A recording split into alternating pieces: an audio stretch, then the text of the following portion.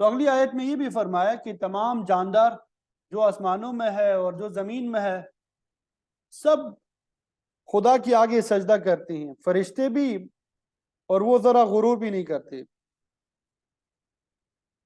یہاں پہ صبح کے وقت کو مفرد استعمال کیا گیا اور پچھلے پہر کو جمع، اگلی آیت میں بھی نور کو واحد اور ظلمت کو جمع کی صیغے میں بیان کیا گیا۔ گویا صبح کو روشنی سے اور پچھلے پہر کو اندھیرے سے تعبیر کیا گیا، اور حقیقت بھی یہی ہے کہ روشنی ایک ہی ہے اور اندھیرے جو ہے بہت سے ہے۔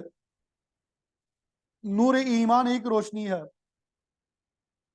جبکہ اندھیرے مختلف ہے، روحانی اندھیرے، مادی اندھیرے، کفر کا بھی اندھیرا ہوتا ہے، شرک کا بھی ہوتا ہے، نفاق کا اندھیرا بھی ہوتا ہے، ریاکاری کا بھی ہوتا ہے، قبر کا بھی ہوتا ہے، پل صراط کا بھی ہوگا، اور پھر انسان کے دل و دماغ میں بھی اندھیرے ہوتے ہیں۔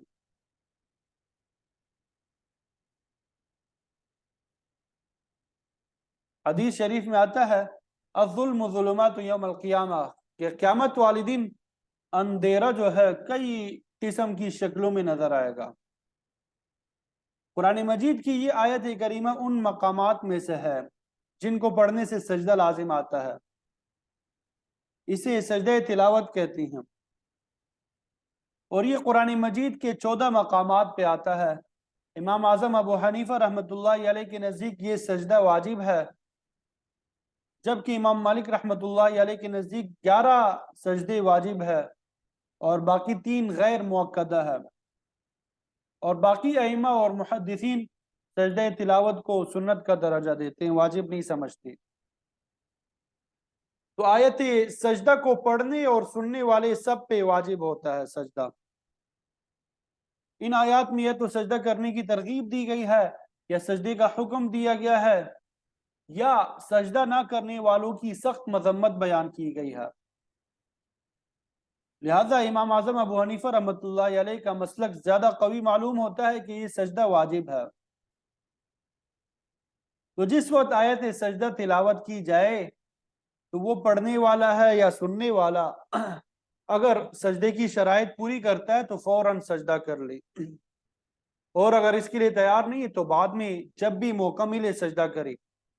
حدیث میں آتا ہے کہ آپ صلی اللہ علیہ وسلم نے ایک مجلس میں سورہ نجم کی آخری آیت تلاوت فرمائی، اسی مجلس میں سجدہ کیا، آپ کے ساتھ تمام مسلمانوں نے بھی سجدہ کیا، اس کے علاوہ کچھ کافر اور مشرک بھی مجلس میں موجود تھے، وہ بھی سجدہ کرنے پہ مجبور ہو گئے۔ صرف ایک بوڑھا کافر ایسا تھا جس نے سجدہ تو نہ کیا، البتہ تھوڑی سی مٹی لے کے اپنی پیشانی پہ لگا لی۔ یہ شخص ابی ابن خلف یا امیہ ابن خلف تھا۔ حضرت عبداللہ ابن مسعود رضی اللہ تعالیٰ عنہما فرماتے ہیں کہ میں نے اس شخص کو بدر کی جنگ میں کفر کی حالت پہ مرتے ہوئے دیکھا۔ امام شاہ ولی اللہ محدث دہلوی رحمۃ اللہ علیہ نے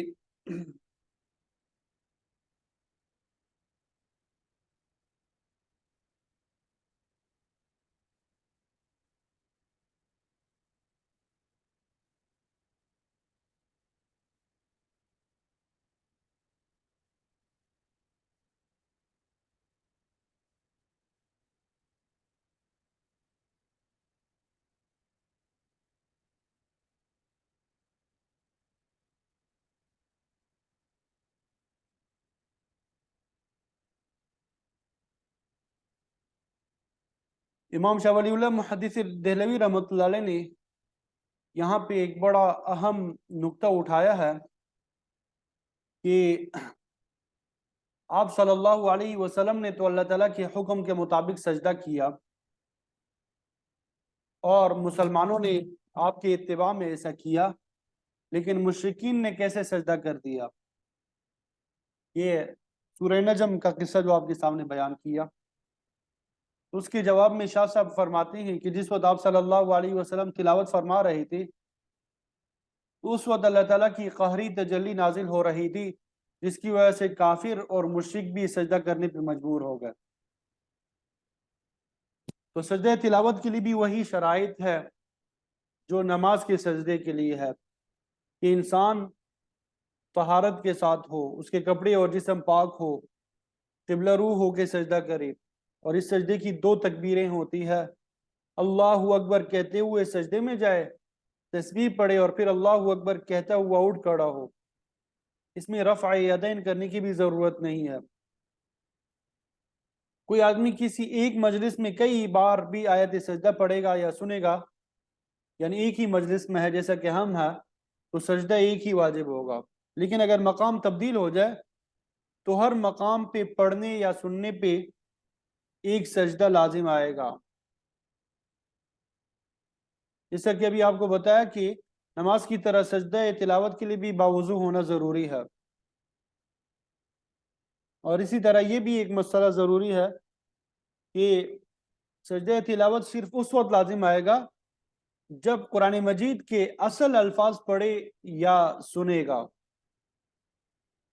اگر کوئی شخص آیت سجدہ کا صرف ترجمہ پڑھے یا سنے گا تو اس پہ سجدہ واجب نہیں ہوگا۔ سورہ مزمل میں جو آیا ہے فَقْرَؤُوا مَا تَيَسَّرَ مِنَ الْقُرْآنِ، اس سے یہی واضح ہوتا ہے کہ قرآن مجید کو اس کے الفاظ میں پڑھنا ضروری ہے، اسی لیے نماز میں بھی اصل قرآن پڑھنا ضروری ہے۔ کسی دوسری زبان میں صرف ترجمہ پڑھنے سے نماز ادا نہیں ہوگی۔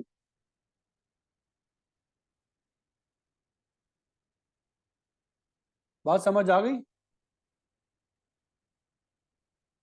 اسی طرح ایک مسئلہ یہ بھی سمجھ لیں کہ اگر کوئی ریکارڈنگ وغیرہ چل رہی ہو، اس میں آیت سجدہ آپ سن لیں، تو اگر لائیو نہ ہو بلکہ وہ ریکارڈنگ ہو تو ایسی صورت میں سجدہ جو ہے وہ لازم نہیں آئے گا۔ لیکن اگر لائیو جو ہے سبق ہو رہا ہے یا تلاوت ہو رہی ہے، آپ جو ہے موبائل کے ذریعے سے سن رہی ہیں، جیسا کہ ابھی ہم نے تلاوت کی، اب میں یہاں پہ لاہور میں بیٹھا ہوں، آپ لوگ پتہ نہیں کہاں کہاں ہوں گے، مجھے دیکھ بھی نہیں رہے، لیکن آپ میری آواز سن رہے ہیں، تو آپ سب پہ بھی سجدہ تلاوت لازم ہوگا۔ لیکن اگر کل کو آپ اس کی ریکارڈنگ سنیں گے، یا آیت سجدہ ہم تلاوت ہم نے کی ہے، ریکارڈنگ موجود ہے، پھر اس ریکارڈنگ سننے کی وجہ سے آپ کے اوپر سجدہ لازم نہیں ہوگا۔ یہ تو سجدے سے متعلق کچھ مسائل تھے جو آپ کے سامنے بیان کر دیے، امید کرتا ہوں کہ سمجھ آ گئے ہوں گے۔ قل، آپ کہہ دیجئے، من رب السماوات والارض، من کون ہے، رب السماوات والارض، رب آسمان کا اور زمین کا۔ من کون ہے، رب السماوات والارض، رب آسمان اور زمین کا۔ اور رب کا معنی پرورش کرنے والا، تربیت کرنے والا۔ عربی میں اس کو کہتے ہیں تربیت الشیء حالا فحالا، کسی چیز کو بتدریج حد کمال تک پہنچایا۔ انسان، حیوان یا پودا کوئی بھی ہو، اسے حد کمال تک پہنچنے کے لیے ایک زمانہ صرف ہوتا ہے، اور یہ کام ایسا ایسا کون کرتا ہے؟ فرمایا قل اللہ، اے پیغمبر آپ اس کا جواب دیں کہ وہ اللہ ہی ہے جو ہر چیز کی تربیت کر کے اسے حد کمال تک پہنچاتا ہے۔ تو اگر حقیقت یہی ہے کہ اللہ کے علاوہ کوئی رب نہیں ہے، تو قل، آپ کہہ دیجئے، افاتخذتم من دونہ اولیاء، کیا تم نے اس کے علاوہ دوسروں کو ولی بنایا، کارساز بنایا؟ مطلب یہ کہ جب پرورش کرنے والا، حد کمال تک پہنچانے والا صرف اللہ ہے، تو تم مشکل کشائی اور حاجت روائی کے لیے دوسروں کے آگے دست سوال کیوں دراز کرتے ہو؟ سوال کرنے کے لیے ہاتھ کیوں آگے بڑھاتے ہو؟ آگے بھی ہم انشاءاللہ پڑھیں گے کہ اللہ کے علاوہ کوئی خالق بھی نہیں ہے، کارساز بھی نہیں ہے، تو پھر اس کے علاوہ معبود بھی کوئی نہیں ہے، تو اسی کو پکارو، اسی سے اپنی ضروریات پوری کروا لو، درخواست کرو۔ تو یہ شرک کی تردید ہو رہی ہے کہ اگر تم اللہ کے علاوہ دوسروں کو پکارو گے، ان کی تعظیم کرو گے، ان کے نام کی نظر اور نیاز دو گے، تو یاد رکھو وہ تمہاری ضروریات اور حاجات کو پورا نہیں کر سکتے۔ لا یملکون لانفسہم نفعا ولا ضرا، وہ تو اپنی ذات کے لیے اپنے نفع اور نقصان کے بھی مالک نہیں ہے۔ اور اسی مضمون کو اللہ تعالیٰ نے قرآن مجید میں مختلف مقامات میں بیان کیا۔ قل انی لا املک لکم ضرا ولا رشدا، سورہ جن 29ویں پارے میں، کہ آپ کہہ دیں میں تمہارے کسی نفع نقصان کا مالک نہیں ہوں۔ اسی طرح اللہ تعالیٰ نے سورہ یونس میں اپنے نبی علیہ السلام سے یہ بھی فرمایا ہے، قل لا املک لنفسی ضرا ولا نفعا الا ما شاء اللہ، آپ کہہ دے کہ میں تو اپنی جان کے لیے بھی کسی نفع نقصان کا مالک نہیں ہوں مگر جو اللہ چاہے۔ نافع اور ضار یہ اللہ تعالیٰ کی صفت ہے، وہی اس کا مالک ہے، اس کے علاوہ کسی کے نفع اور نقصان پہ کوئی قادر نہیں ہے۔ قل هل يستوي الاعمى والبصیر، اے پیغمبر علیہ السلام آپ ان سے پوچھئے کہ کیا برابر ہے اندھا اور دیکھنے والا، ام هل تستوي الظلمات والنور، یا کیا برابر ہے اندھیرے اور روشنی؟ تو کوئی بھی عقل مند آدمی ہوگا وہ یہ نہیں کہہ سکتا کہ اندھا اور دیکھنے والا جو ہے برابر ہے، یا روشنی اور اندھیرا جو ہے برابر ہے۔ یہ حقیقت میں مشرک اور موحد کی مثال ہے۔ مشرک دل کا اندھا ہے جسے توحید کی روشنی نظر نہیں آتی، وہ شرک کی نجاست میں ہی پڑا ہوا ہے۔ اللہ تعالیٰ کا ارشاد ہے انما المشرکون نجس، بے شک مشرک ناپاک ہے۔ سورہ حج میں ہے فاجتنبوا الرجس من الاوثان، بت پرستی کی گندگی اور نجاست سے بچو۔ قلبی طہارت تو نور ایمان سے حاصل ہوتی ہے، دین کی سمجھ آتی ہے، مستقبل کے بارے میں بھی عقیدہ پاک ہو جاتا ہے۔ تو فرمایا نہ تو اندھا اور بینا برابر ہے اور نہ ہی اندھیرے اور روشنی، تو مشرک اور موحد یہ برابر نہیں ہو سکتے۔ مشرک کی بخشش کا کوئی چانس ہی نہیں ہے، جبکہ موحد جو ہے وہ اللہ تعالیٰ کی ابدی رحمت میں ہوگا۔ پھر آگے اللہ تعالیٰ نے شرک کی تردید جو ہے ان الفاظ میں بیان فرمائی، ام جعلوا للہ شرکاء، کیا انہوں نے اللہ کے لیے شریک ٹھہرا لیے ہیں؟ خلقوا کخلق، ان شرکا نے بھی اسی طرح مخلوق پیدا کی ہے، کخلقی، جس طرح اللہ تعالیٰ نے ہر چیز کو پیدا فرمایا ہے۔ فتشابہ الخلق علیہم، اور اس پیدائش کا ان پہ شبہ پڑ گیا، مشتبہ ہو گئی یہ بات، یعنی پتہ ہی نہیں چلتا کہ خدا کی مخلوق کون سی ہے اور شرکا کی کون سی ہے۔ فرمایا ایسی تو کوئی بات نہیں ہے، ان شرکا نے تو کسی مخلوق کو پیدا ہی نہیں کیا۔ قل اللہ خالق کل شیء وہو الواحد القہار، پیدا کرنے والی ذات، ہر چیز کی خالق جو ہے وہ تو اللہ تعالیٰ کی ذات ہے، باقی تو سب مخلوق ہے۔ مخلوق جو ہے اس کو تو معبود نہیں بنایا جا سکتا۔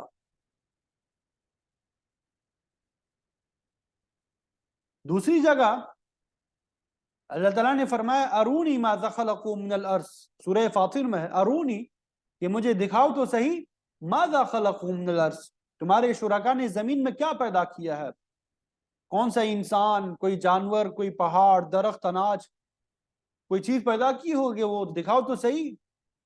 یہ سب چیزیں تو اللہ تعالیٰ کے پیدا کیے ہوئے ہیں، ان میں کسی شریک کا کوئی حصہ ہے نہیں ہے۔ اور بعض مشرکین ایک کے بجائے کئی کئی خدا تسلیم کرتے ہیں، ہر کام کے لیے الگ خدا۔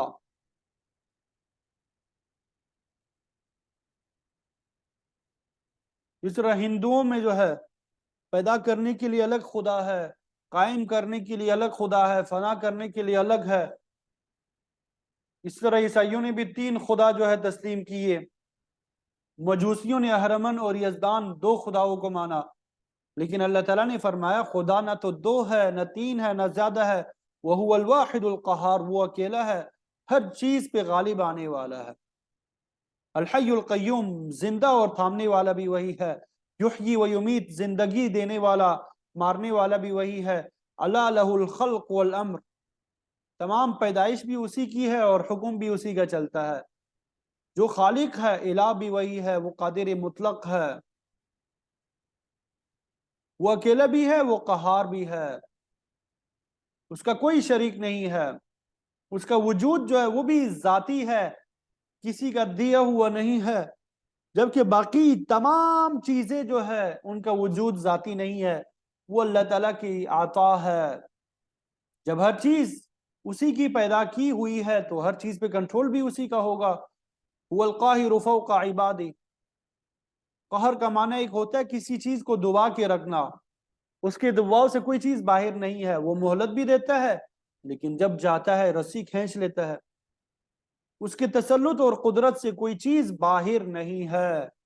تو انسانوں کا فرض ہے کہ وہ اپنے اختیار اور ارادے سے اللہ تعالیٰ کی وحدانیت کو تسلیم کرے، اللہ ہی کے سامنے سجدہ کرے، اسی کو مشکل کشا اور حاجت روا سمجھے، اپنی حاجات اور ضروریات کے وقت اسی کے سامنے اپنا ہاتھ جو ہے وہ پھیلائے.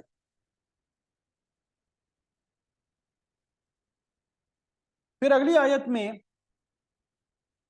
حق اور باطل کی کشمکش کو بیان کیا اور اس مسئلے کو اللہ تعالیٰ نے مثال کے ذریعے سمجھایا کہ باطل کسی چیز پہ آنے والی جاگ کی مانند ہے جو وقتی طور پہ تو بہت ابری ہوئی نظر آتی ہے لیکن جلد ہی مٹ جاتی ہے،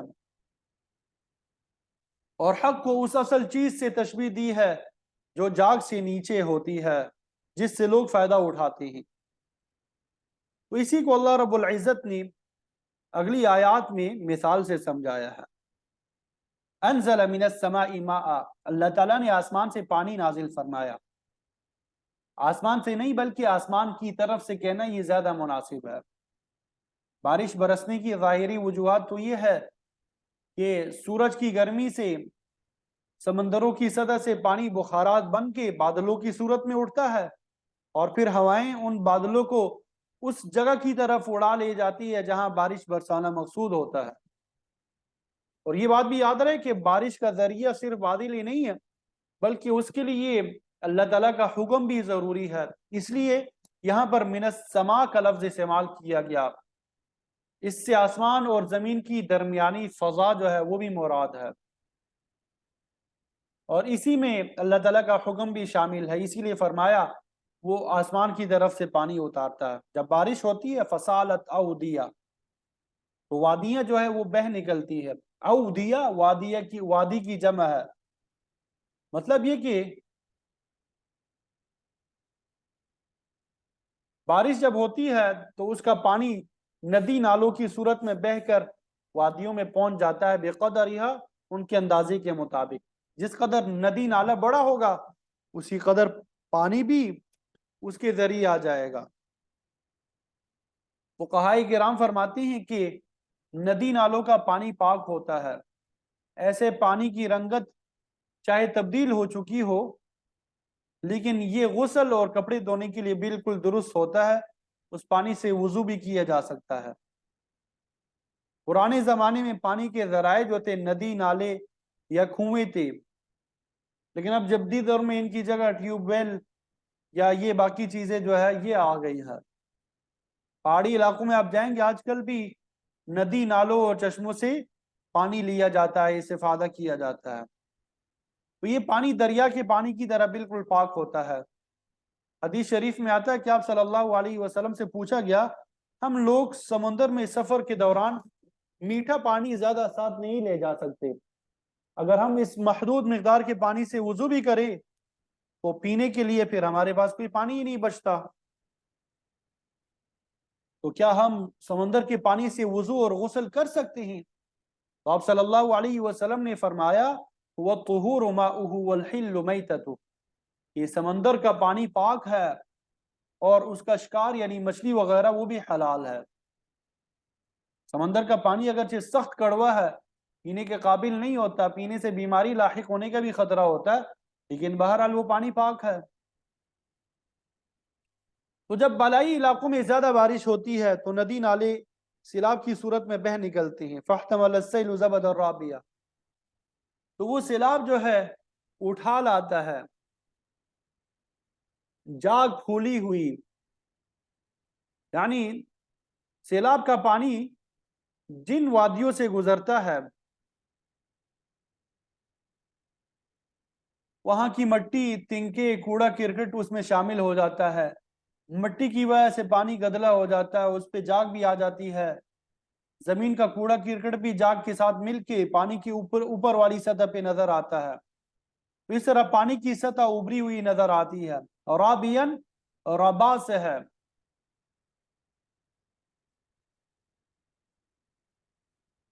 ربون سانس کی بیماری کو کہتے ہیں جس سے سانس پھول جاتا ہے. اور اسی طرح ربا زائد مال یعنی سود کو کہتے ہیں جو بغیر استحقاق کے حاصل کیا جاتا ہے. زبدن جاگ کو کہتے ہیں. زبد عطیے کو بھی کہتے ہیں. حدیث شریف میں آتا ہے کہ ایک مشرک نے آپ صلی اللہ علیہ وسلم کی خدمت میں ہدیہ پیش کیا تو آپ صلی اللہ علیہ وسلم نے فرمایا نہینا عن زبد المشرکین کہ ہمیں مشرکین کا ہدیہ قبول کرنے سے منع کر دیا گیا ہے. البتہ جہاں دین کا فائدہ ہو وہاں ایسا ہدیہ قبول کر لینا چاہیے. اقامت الدین اور مسلمانوں کے غلبے کی خاطر ایسا ہدیہ قبول کرنے میں کوئی مذائقہ نہیں. لیکن اگر ایسے ہدیے کی وجہ سے دین اور ملت کو نقصان پہنچنے کا خطرہ ہو یا مشرکین کی تعظیم ہوتی ہو یا ان کے غلبے کو تقویت حاصل ہو تو پھر ان کا ہدیہ قبول نہیں کیا جاتا. اسی طرح زبد مکھن کو بھی کہا جاتا ہے اور زبد اس جاگ کو بھی کہتے ہیں جو سونا چاندی یا کوئی دوسری دھات پگھلانے سے اس پگھلے ہوئے پانی پہ آ جاتا ہے اور تھوڑی دیر بعد ختم ہو جاتا ہے. سونا چاندی عموماً زیورات بنانے کے لیے پگھلایا جاتا ہے. چاندی جو ہے وہ تو جلدی پگھل جاتی ہے لیکن سونے اور تانبے وغیرہ کے لیے بہت زیادہ ٹمپریچر کی ضرورت ہوتی ہے.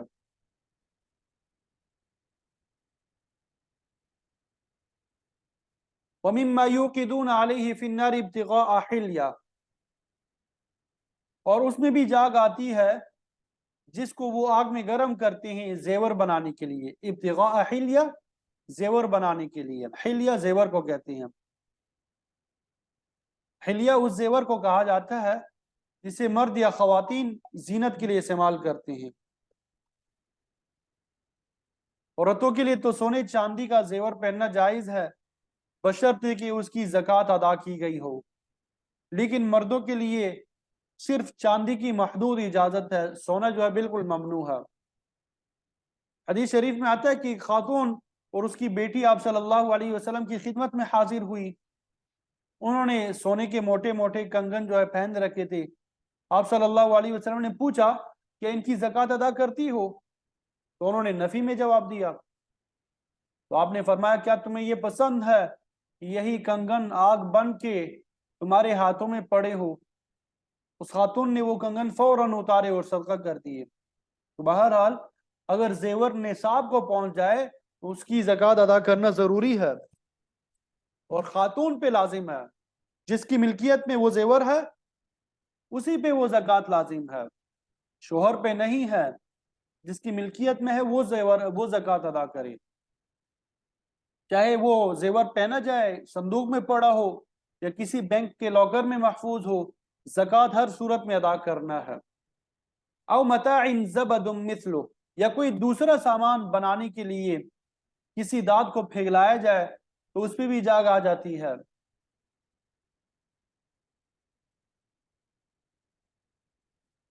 تو اللہ تعالیٰ نے دو قسم کی جاگ کا ذکر فرمایا.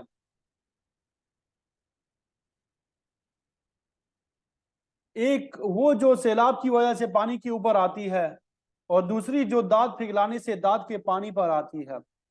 اللہ تعالیٰ اسی دھات سے بات سمجھانا چاہتے ہیں. ارشاد ہوتا ہے كَذَلِكَ يَضْرِبُ اللَّهُ الْحَقَّ وَالْبَاطِلَ اسی طریقے سے اللہ تعالیٰ حق اور باطل کو بیان فرماتا ہے. اللہ تعالیٰ نے پانی اور جاگ کو حق اور باطل کے ساتھ تشبیہ دی ہے. فَأَمَّا الزَّبَدُ فَيَذْهَبُ جُفَاءً جھاگ جو ہے وہ تو خشک ہو کے چلا جاتا ہے. جب سیلاب آتا ہے یا دھات کو گرم کیا جاتا ہے تو کچھ وقت کے لیے اوپر جاگ آتی ہے لیکن آہستہ آہستہ خشک ہو کے ختم ہو جاتی ہے. وَأَمَّا مَا يَنْفَعُ النَّاسَ فَيَمْكُثُ فِي الْأَرْضِ اور جو چیز لوگوں کے لیے مفید ہوتی ہے وہ نیچے زمین میں رہ جاتی ہے. مطلب یہ ہے کہ جب سیلاب کا پانی اپنے جاگ کے ساتھ گزر جاتا ہے تو وہ اپنے پیچھے زمین میں زرخیز مٹی چھوڑ جاتا ہے جس سے زمین زرخیز ہو جاتی ہے اور خوب اناج اور پھل اگاتی ہے جس سے لوگ فائدہ اٹھاتے ہیں. اسی طرح سونا چاندی یا لوہا تانبا وغیرہ پگھلانے سے جو اوپر جاگ آتی ہے وہ تو کچھ لمحوں کے بعد خاموش ہو جاتی ہے، خشک ہو جاتی ہے، اور اصل جوہر جو ہے وہ نیچے رہ جاتا ہے، جس سے زیورات اور باقی ضروریات کو پورا کیا جاتا ہے۔ كذلك يضرب الله الامثال، اسی طرح اللہ تعالیٰ لوگوں کے سمجھانے کے لیے مثالیں بیان کرتا ہے۔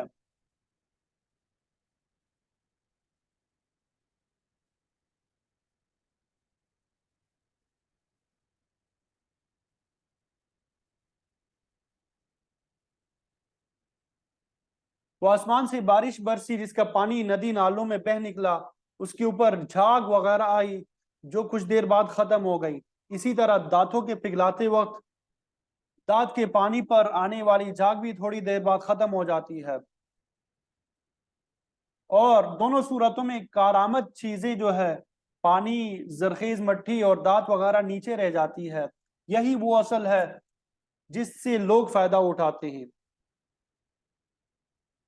تو حق اور باطل کی مثال بھی اگر سمجھنی ہو تو یہی ہے۔ تو انسانوں کے دلوں پہ وحی الہی کا اثر ان کے دلی استعداد کے مطابق ہوتا ہے، جہاں صلاحیت زیادہ ہوگی وہاں پہ اثر بھی زیادہ ہوگا، جہاں استعداد کم ہوگی وہاں اثر بھی کم ہوگا۔